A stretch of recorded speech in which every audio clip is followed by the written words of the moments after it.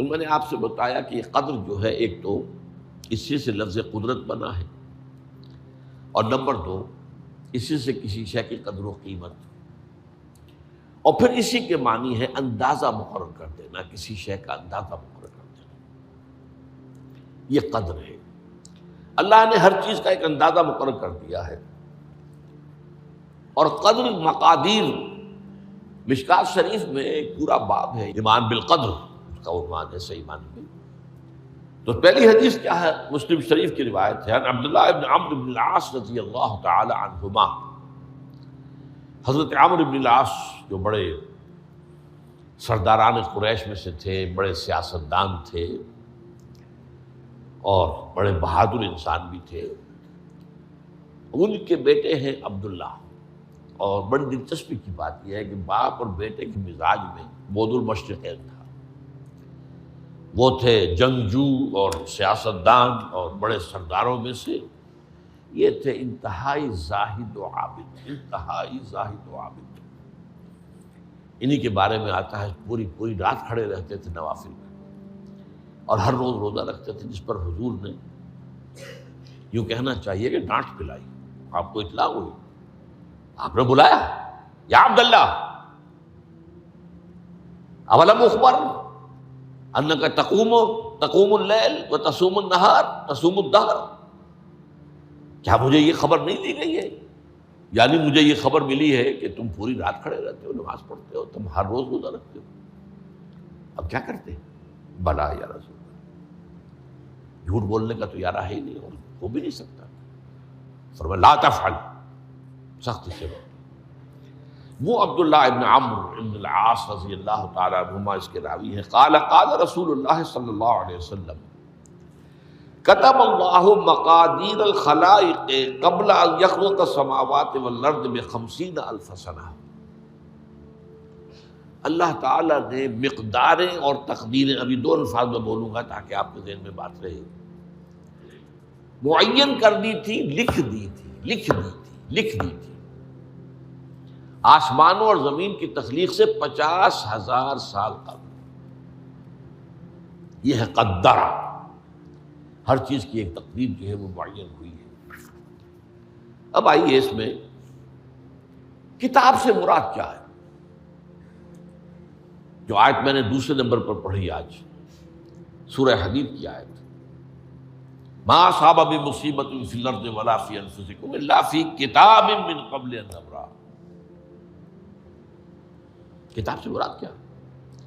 نہیں پڑتی تم پر کوئی مصیبت، کوئی تکلیف، نہ زمین میں نہ تمہاری جانوں میں، زمین میں سیلاب کا آ جانا، زلزلے کا آ جانا، کوئی اور اس طرح کی عمومی ہلاکت کا آ جانا، عمومی تکلیف کا آ جانا، تمہاری جان میں اچانک جو ہے تشخیص ہو گیا کینسر ہے، اچھے بنے تھے، ٹھیک ٹھاک چل رہے تھے، کوئی معمولی سی تکلیف ہوئی، انویسٹیگیشن کیا تو معلوم ہوا تو کینسر ہے، اور وہ کافی بڑھ چکا ہے۔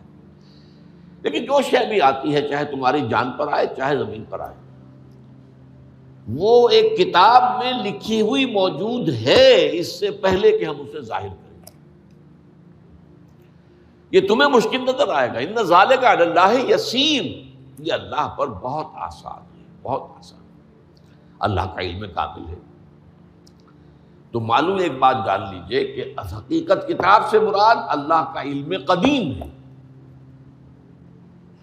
اللہ کا علم حادث نہیں ہے، معاذ اللہ ثم معاذ اللہ، کہ کوئی شے ہوئی تو اس کے علم میں آئی۔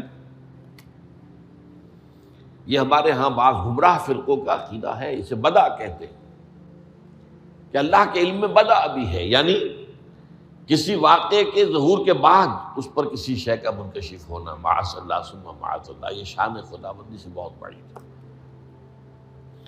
وہ تو عالم ما کان و ما یکون ہے، جو بھی کچھ تھا اور رہا ہے آج تک ہمیشہ سے ہے، اور جو بھی کچھ ہوگا وہ سب اس کے علم میں آن واحد میں موجود ہے۔ آن واحد، یہ آن واحد کے لفظ کو اچھی طرح سمجھ لیجیے۔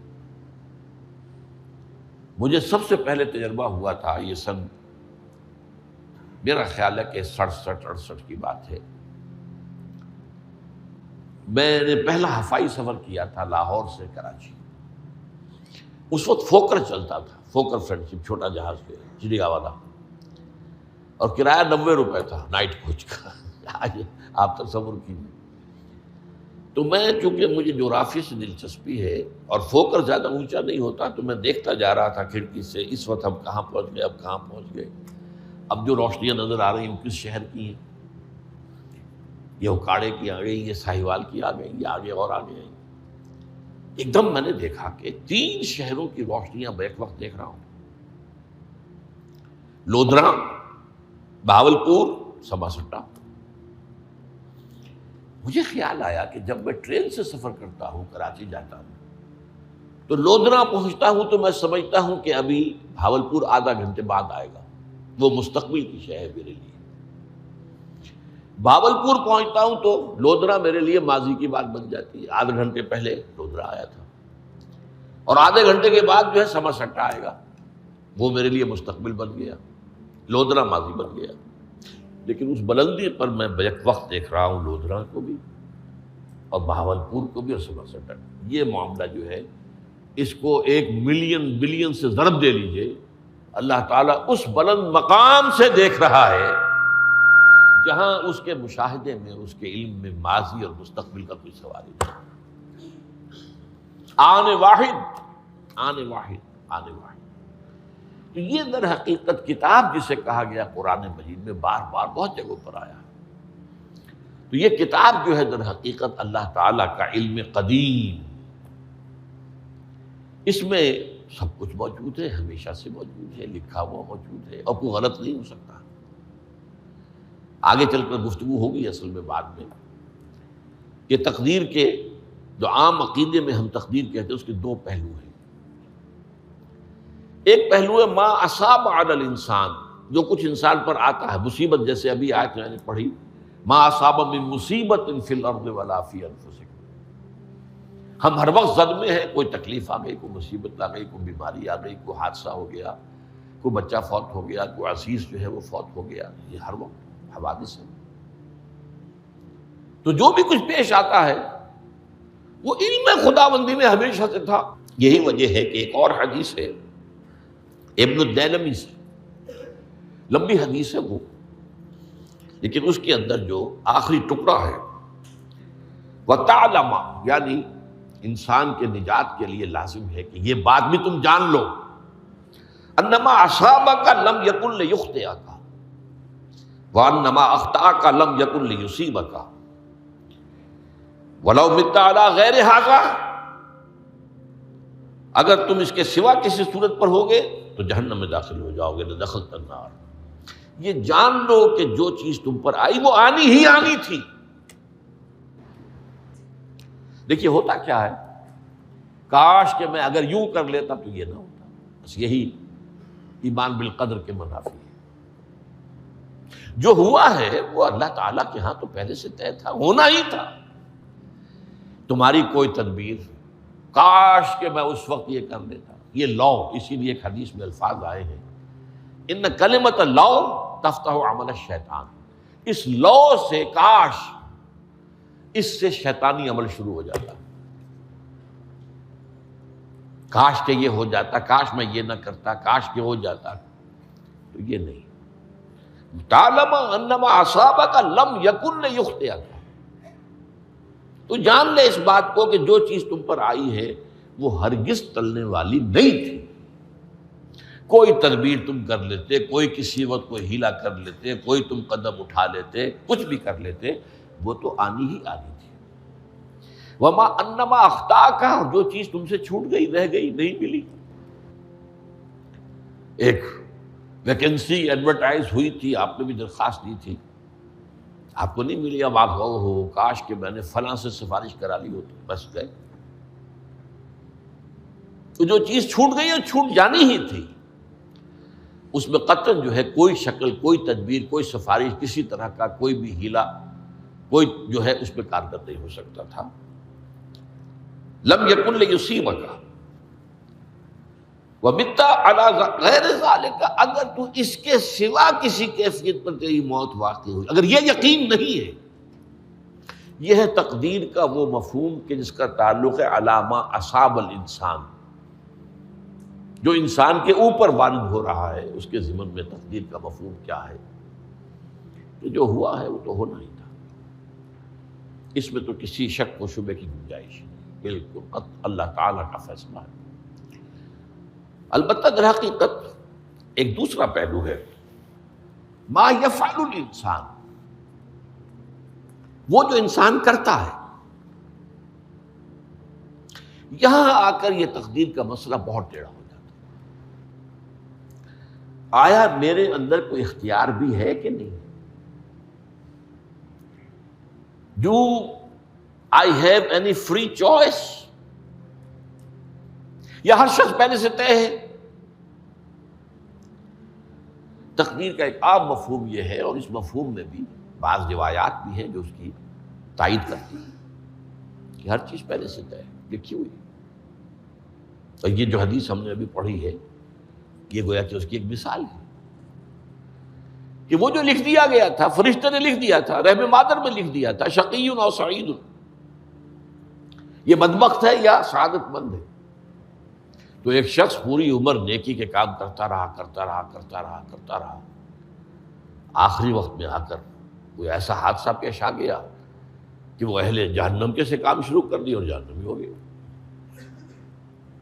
یا ایک شخص ساری عمر جو ہے جہنمیوں کے سے کام کرتا رہا، آخری وقت میں آ کر کوئی ایسی توفیق ملی، کچھ ایسا معاملہ ہو گیا، توبہ کر لی اور اس نے جو ہے اہل جنت کے سے اعمال شروع کرنے کی ضرورت ہوگی۔ تو یہ جو ہے علامہ اصحابک کا علیحدہ بات ہے، اور علامہ یفعل الانسان، انسان کیا کرتا ہے، اس میں اس کی قدرت کتنی ہے۔ اور یہ ہمارے ہاں فلسفے کا بڑا مشکل موضوع ہے، اسی کا نام ہے جبر و قدر۔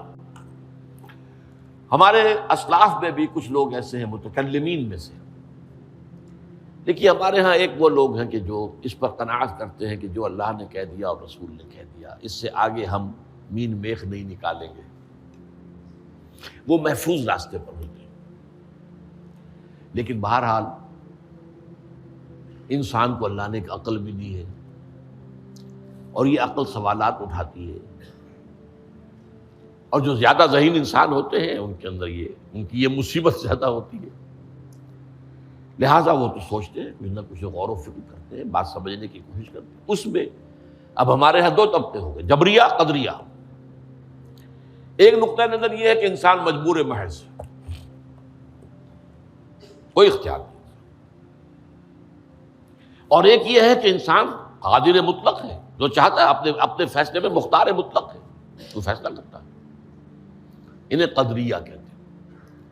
تو جبریہ اور قدریہ ان کی بحثیں ہمارے یہاں، یہ وہی تقدیر کا مسئلہ جو میں نے کہا تھا، بحثوں میں آ کر انہیں آج تک حل نہیں ہوا، حل ہو سکتا ہی نہیں۔ اب اس کے ضمن میں علامہ اقبال کا ایک شعر آپ کو سناتا ہوں، وہ بہت اچھا لگتا ہے، بہت خوبصورت لگتا ہے شعر ہونے کے اعتبار سے۔ تقدیر کے پابند جمادات و نباتات، مومن صرف اللہ کے احکام کا پابند۔ اس میں انسان سے پابندی کی نفی کر دی گئی ہے، وہ صرف پابند ہے اللہ کے احکام کا۔ نتیجے کے اعتبار سے تو جو یہ شعر کہہ رہا ہے جو بات، وہ صحیح ہے، پابندی اصل جو ہے وہ اللہ کے احکام کی ہے، لیکن یہ کہ تقدیر کی پابندی سے انسان بھی پوری طرح آزاد نہیں ہے۔ یہ سمجھ لینا کہ یہ جمادات و نباتات ہی کا معاملہ، یہ غلط ہے، یہ مبالغہ ہے۔ ظاہر بات ہے کہ شاعر جو ہے، شاعر مبالغے سے بچ نہیں سکتا، چاہے وہ علامہ اقبال ہو، کوئی بھی ہو۔ تو اسی لیے سورہ شعراء کے اندر جو عام شعراء کی جو صفات بیان ہوئی ہیں وہ آپ کے ذہن میں آ گئی ہوگی۔ مبالغہ کرتے ہیں، فی کل واد یہیمون انہم یقولون ما لا یفعلون، وہ کہتے بھی وہ کچھ ہے جو کرتے نہیں ہیں، اور یہ بات تو علامہ اقبال پر بھی چشمہ ہوتی ہے۔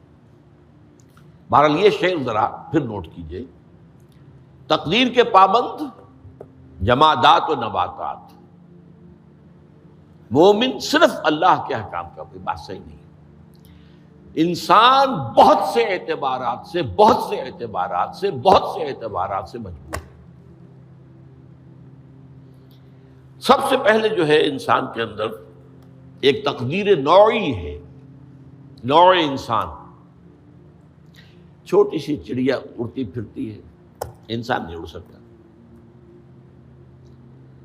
آپ نے ٹھیک ہے مشین ایجاد کر دی، جہاز ایجاد کر لیا، آپ دوڑ رہے ہیں 500 آدمی اور سینکڑوں من سامان لے کر جو ہے وہ جا رہا ہے، 747 ہو یا 757 ہو، یہ کر لیا ٹھیک ہے، خود نہیں اڑ سکتے۔ اب کیا کریں گے آپ؟ یہ تقدیر نوعی ہے، اسپیشیز، ہر اسپیشیز کے لیے اللہ نے ایک اندازہ مقرر کر دیا ہے، اس اندازے ہی میں رہے گا، اس سے باہر نہیں جا سکتا۔ پھر ایک تقدیر شخصی ہے۔ اب دیکھیے تقدیر شخصی کیا ہے؟ بعض اوصاف و صفات ہمیں وراثتاً ملتے ہیں، وی ہیو نو چوائس۔ پہلے بھی یہ بات مانی جاتی تھی، آج جو ہے ذرا سائنٹیفک انداز میں ہم کہتے ہیں جینز میں چلا آ رہا ہے، اس جینز کو کوئی بدل سکتا ہے؟ جو جینز بھی آپ کو ملے اپنے والدین کی طرف سے، وہ آپ کی شخصیت کا ظاہر بات ہے کہ فیصلہ کن طرز پر اس کو ڈھال دیتے۔ جینز ہے، پابندی ہے۔ نمبر دو یہ کہ خاص طور پر جو گھر کا ابتدائی ماحول ہوتا ہے، ماں کی گود اور ابتدائی گہوارہ گھر کا، اس کے جو اثرات مرتسم ہو جاتے ہیں شخصیت کے اوپر، وہ بھی بڑے مستقل ہوتے ہیں، پختہ ہوتے ہیں۔ ان دونوں چیزوں کو ضرب دے لیجئے، hereditary factors multiplied by environmental factors, اس سے مل کر ایک شے تیار ہوتی ہے جس کو قرآن کہتا ہے شاکلہ۔ قُلْ كُلٌّ يَعْمَلُ عَلَىٰ شَاكِلَتِهِ فَرَبُّكُمْ أَعْلَمُ بِمَنْ هُوَ أَهْدَىٰ سَبِيلًا، سورہ بنی اسرائیل۔ شاکلہ کسے کہتے ہیں؟ شاکلہ شکل دینے والی شے۔ آپ کو لوہا ڈھالنا ہے، کوئی خاص پرزہ بنانا ہے، اس کا پہلے سانچہ بناتے ہیں ہم، لوہے کو پگھلا کے اس میں ڈالیں گے تو جیسا سانچہ ہوگا ویسا ہی لوہا جو ہے وہ شکل اختیار کرے، اسے شاکلہ کہتے ہیں۔ یہ شاکلہ جو ہے ہر انسان کا، اس سے باہر انسان نہیں جا سکتا، اس کے اندر اندر اسٹرگل ہوگی، اس کے اندر اندر اس کی جد و جہد ہوگی، لیکن اس کا یہ مطلب نہیں ہے کہ اس کا کوئی فری چوائس ہے۔ فری چوائس ہے، لیکن وہ فری چوائس انہی حدود کے اندر کام کرے گا، اس سے باہر نہیں۔ اس بات کو مختلف احادیث میں حضور نے بہت خوبصورتی سے بیان کیا۔ ایک حدیث بڑی اہم ہے، بڑی اہم ہے، الناس کالمعادن، انسانوں کی مثال بھی معدنیات کیسی ہے۔ اب سونے کی معدنیات میں سے سونے کی جو اور ہے، اب پتہ نہیں اردو میں مجھے معلوم نہیں اور کا ترجمہ کیا کرتے ہیں عام طور پر، لیکن جانتے ہیں اور وہ کچی دھات جس سے کو صاف کر دیتے ہیں تو پھر وہ دھات جو ہے خالص شکل میں سامنے آ جاتی ہے۔ سونے کی اور سے سونا بنے گا، چاندی کی اور سے چاندی بنے گی، سونا تو نہیں بن سکتا، جتنا چاہے صاف کر لیں، وہ اور تو مستقل ہے۔ الناس کالمعادن خیارکم فی الجاہلیت خیارکم فی الاسلام،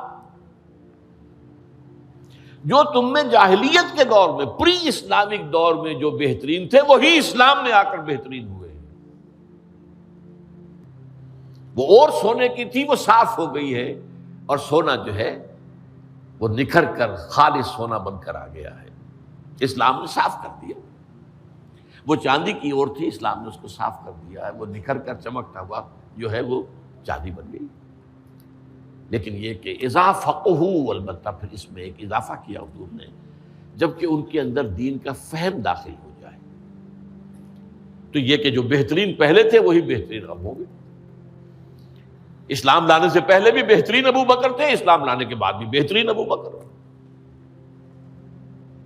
حضور پر وحی سے پہلے بھی بہترین خاتون خدیجۃ الکبریٰ تھی، ایمان لانے کے بعد بھی بہترین خاتون خدیجۃ الکبریٰ۔ اور دوسری حدیث سنیے، عن ابی الدرداء رضی اللہ تعالی عنہ قال بینما نحن عند رسول اللہ صلی اللہ علیہ وسلم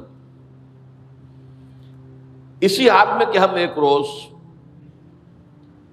ہم حضور کے پاس تھے، نتناکرون ما یکون، اور ہم ذرا سوچ رہے تھے کیا کیا کچھ پیش آنے والا ہے دنیا میں۔ اذ قال رسول اللہ صلی اللہ علیہ وسلم، جبکہ حضور نے ہم سے ایک بات کہی، بڑی غور سے سنیے، اذا سمعتم بجبل ان زال عن مکانہ فصدقوہ، اگر تم یہ سنو کہ کوئی پہاڑ اپنی جگہ سے ٹل گیا تو مان لینا۔